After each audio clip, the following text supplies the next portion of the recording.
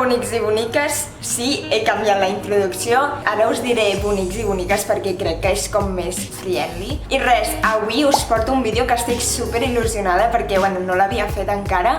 El vídeo de les sèries que més m'han agradat. Jo la veritat és que fa uns anys no era molt fanàtica de les sèries. Ara sóc bastant fanàtica / friki as fuck. Comencem el vídeo. Doncs he estructurat les sèries en 5 categories. La primera és sèries de TV3, la segona de Netflix, la tercera de HBO, la quarta és d'Amazon Prime i la cinquena és un apartat que he posat altres. Sí, una mica marginats en aquests, però no us preocupeu perquè és la crem de la crem. Ja sabeu, si us ha agradat molt el vídeo, doneu-li un bon like. Si voleu més vídeos d'aquests de sèries, pel·lis, etc., doneu-li un bon like. I si voleu estar al tanto de tot el que vaig fent en aquest canal, subscriviu-vos. Doncs començant amb les sèries de casa amb TV3, la primera és La Riera. És una sèrie que jo vaig veure quan s'estava emetent, o sigui, fa potser uns 10 anys, la veritat és que fa bastant. És una sèrie que tracta sobre una família que té un restaurant que viu a un poble al costat de Mataró.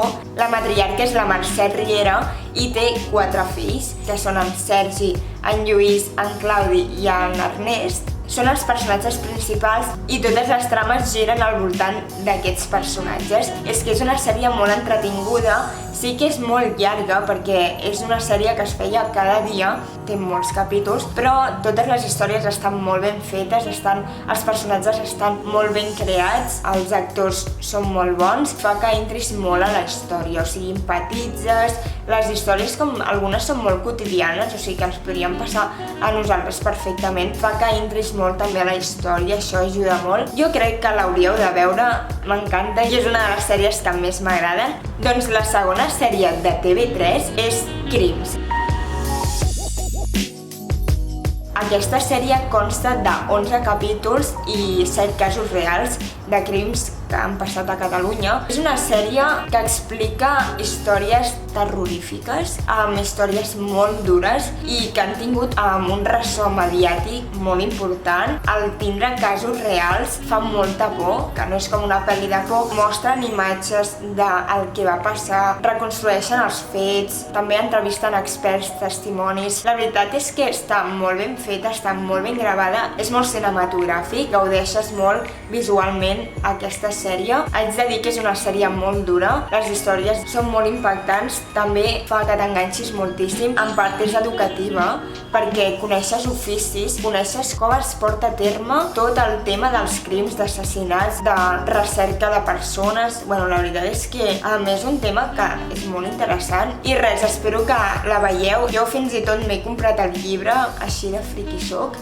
Doncs ara, canviant de categoria, entrem a l'apartat de Netflix, que aquesta plataforma ja és mundialment coneguda i bueno, molta gent la utilitza. Una de les sèries que més m'ha agradat de Netflix ha sigut Unorthodox. Pels que no l'hagueu vist, és una sèrie que tracta sobre una noia que es diu Esther Shapiro, que pertany a la comunitat ultraortodoxa d'un barri de Nova York. Aquesta noia fuig a Berlín per aconseguir una mica més de llibertat. El rol de les dones en aquella comunitat és ser unes bones esposes, concebre tants fills com puguin, explicar com els conflictes que es troba i tal. És que és una sèrie molt interessant. És una sèrie que aprens, coneixes una societat que potser no estem acostumats ni acostumades. Coneixes una religió, una cultura, unes tradicions, amb una manera de pensar. Doncs també coneixes el rol de la dona en aquestes comunitats, que és un rol molt diferent a com vivim actualment. Hi ha una molt bona interpretació per part dels actors i actrius, fa que empatitzis molt, que ho visquis. No crec que s'hagin de deixar de banda, per molt que tu no pensis igual. Crec que has de conèixer què fa aquesta gent, perquè potser hi ha coses que a tu et semblen òbvies, però potser per ells no, i llavors està bé aquests diferents punts de vista. Doncs la segona sèrie de Netflix és Sex Education. Aquesta ja és bastant més famosa. Llavors, aquesta jo crec que la majoria l'haureu vist. Si no l'heu vist, aquesta sèrie tracta sobre la vida dels adolescents, els problemes que es presenten amb l'adolescència, problemes amb la sexualitat, l'orientació sexual, problemes amb la identitat personal.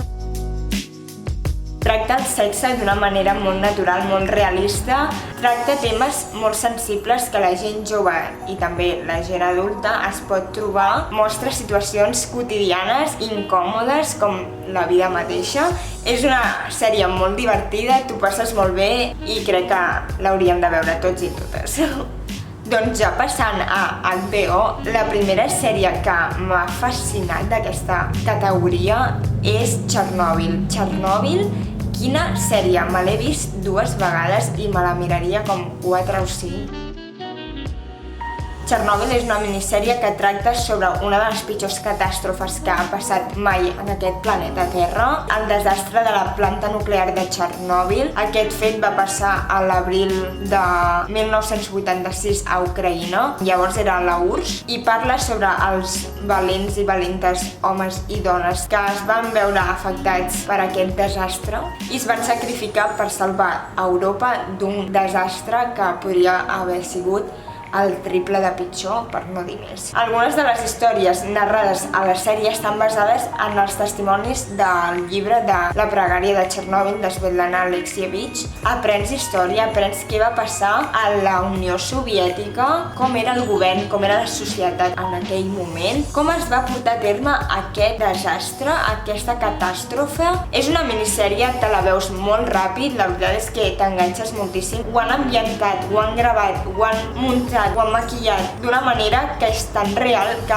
entres tant a la història. És una de les sèries que més et captiven. També aprens moltes coses com tipus, jo no sabia com funcionava una central nuclear utilitzant un llenguatge tan entenedor que és com que fins i tot tindran ganes de saber més. És una sèrie magnífica, super ben feta, doncs gràcies que hagin fet aquesta sèrie. Seguint amb HBO, Euphoria, com li vulgueu dir. Aquesta sèrie sí que és bastant més famosa, tracta sobre adolescents, tracta el tema de les drogues, sobre relacions tòxiques amb la parella, amb les amistats, tracten temes molt sensibles, que està super ben feta, està super ben gravada, el maquillatge és al·lucinant, tot és una passada visualment, l'actuació és molt bona, tots els personatges ho fan super bé, entres molt, empatitzes, hi ha imatges gràfiques, hi ha imatges molt pujades de to, imatges bastant dures. Està molt bé perquè explica molts problemes que potser molta gent té i també es visibilitza.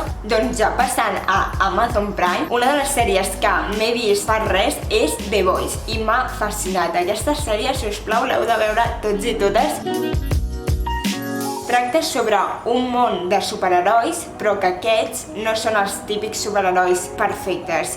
Aquests són corruptes, mentiders, narcisistes, són com bastant horribles. Llavors està molt xulo perquè hi ha 2 grups, o sigui, hi ha grup de The Seven, que són el grup de 7 superherois, que és com que estan monetitzats i comercialitzats per una companyia que es diu Vought International, estan liderats per el narcisista Homelander, i també hi ha un altre grup a part que es diu The Boys, que aquests estan liderats per Billy Butcher, que és un home que odia tots els superherois. Llavors és com que estan en rivalitat, bueno, és una locura i no té res a veure amb superherois, o sigui, està molt guai perquè critica la societat americana, critica els superherois, és molt graciosa, hi ha molts tocs d'humor, humor negre també s'ha de dir, hi ha molts pocs capítols i això, si no sou fans de superherois, aquesta és la vostra sèrie, i si sou superfans de superherois, bueno, si voleu veure una crítica d'ells, doncs mireu-la.